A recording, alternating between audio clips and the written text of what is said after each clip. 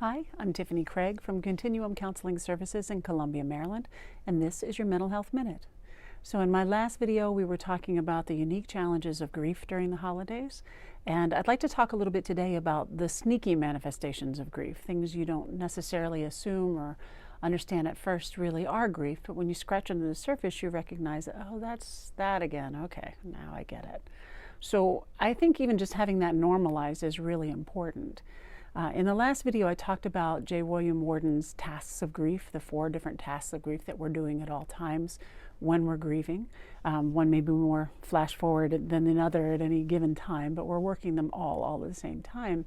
And sometimes while we're doing that, it can feel very disorganized because what used to be normal is no longer normal. It's kind of like somebody took our lives and everything in our lives was a great big suitcase, and somebody went through and just pulled out everything from the suitcase and everything is everywhere. That part of grief can be extremely disconcerting because it feels like you don't know where the floor is or the ceiling is, and you're really not sure how to function. And I ask you to be patient with yourself during those times. Understand that this is part of adjusting to the new environment, part of the new normal, and that part of the healing is starting to figure out one piece at a time. Okay, I don't know where all that stuff goes, but this piece, this goes here, pretty sure. And this piece, I'm pretty sure goes here. Now maybe it goes there. You start to resort and reorganize your life in the new way, which is also what's leading you to creating that ongoing connection to your lost loved one or to your past life, as I had mentioned in the previous video. So don't let that disorganization scare you. It is disconcerting, so make sure that you stay grounded in the places that you can stay grounded. Stay connected to people who know you well, if that's at all possible. If not, don't hesitate to reach out to professionals as well. It's not actually either or. A professional may be able to help you sort of figure out where those pieces go and to feel a little more comfortable with the disorganization, a little more patient with the process of grief. It's going to take the amount of time that it takes, whether you like it or not. We don't get to predetermine how long grief will take to work through us. Now, if we do it well, chances are our episodes of grief will become less ferocious, less frequent, and we'll be able to manage them better as they come each time. It's not a nice, smooth, clean line, though. Just know that. There are times when it's harder than others. And don't be surprised by that. Don't be surprised if you're still having some of these, especially the sneakier manifestations of grief, 2 years after your loss, 3 years, 5 years, 10 years. It doesn't have a timetable. Your grief is working through you at all different levels, at all different times. And it means something different now than it did when it first happened. And that's all normal. Don't worry about that part. Sometimes people feel like there's something wrong with them because they're still dealing with these tasks of grief around this loss many, many years later. That's okay. If it's seriously getting in the way of your life, though, do reach out to a professional. I stand ready. You have the Contact Tiffany button. You can always contact me and get with a professional who can help you work through that well. But some of the other sneakier sort of manifestations of grief is sometimes we find ourselves just being irritable. We're just really irritable and we'll snap or we'll yell and we didn't expect to. And like, where did that come from? Because what's been happening is you're doing your life and you're doing the holidays and all the normal holiday stuff is happening, but something feels very wrong. And that very wrong feeling is right under the surface. So whenever there's sort of a crack in the surface, the irritation, the irritability, those kinds of things can come up. What you're feeling is this dissonance of the current situation and this loss. It's almost like sometimes the holidays are sticking their tongues out at you saying, hey, you don't have this person, you don't have this life anymore. And it's really, really irritating. So don't be surprised if you're more irritable than you normally might be. Another sort of really unexpected symptom of loss, sometimes of grief, is sighing. The body just needs to oxygenate. It just... And a lot of times people will find themselves sighing and they have no idea why. That's often grief working its way through your body. That is also normal. Finding yourself gravitating towards life-affirming things, like all of a sudden somebody who's never done this before wants to go try and ride a motorcycle, or they want to go skydiving, or they want to go, I don't know, ride a speedboat, something like that, something that they wouldn't normally do. They maybe find that they're sort of hypersexual in a way they've never been before. These kinds of feelings, it's like a desire inside to connect with life because we're dealing with so much death. And that in and of itself is not a problem.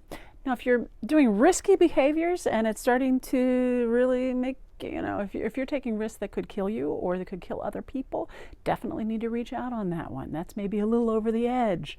It's not fair to put yourself or others at risk, but that desire to connect more to life-giving experiences, that part's normal. That makes a lot of sense when you think about that you're chronically dealing with this loss, whether you intend to or not, whether you're paying attention or not. It's happening all the time right under the surface. So don't be surprised when you sort of gravitate towards life-affirming activities. Changing beliefs is also another symptom of grief, believe it or not. It's a more cognitive piece of it, but it's important. It begins in the emotional level.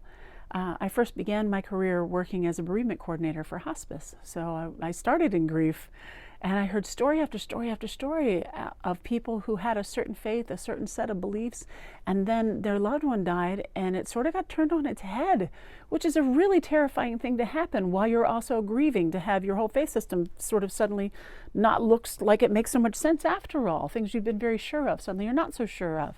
That's actually normal too.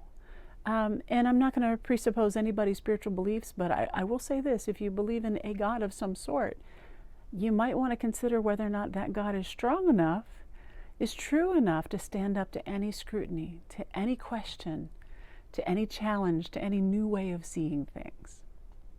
Usually most people, when they have God or gods in mind, there's sort of a quality of omniscience or omnipotence to that God. So I want to suggest that God is greater than your changing beliefs. But certainly reach out to spiritual authorities on those things and ask the questions and be open. Our lives teach us and push us to grow all the time. And though sometimes those points of growth can be scary because it can mean threatening a whole system of belief we've held for a very long time, that isn't necessarily a bad thing. Let God be God, let Spirit be Spirit, and let you be you, and be honest and integrous with what you find, whatever it is. I believe you can trust in truth, whatever it is. Sleep. Often people will either not sleep because they will frequently dream in ways that are disturbing when they sleep, and they'd rather not sleep. Sleep deprivation really does a number on us and our ability to think and to function in our lives.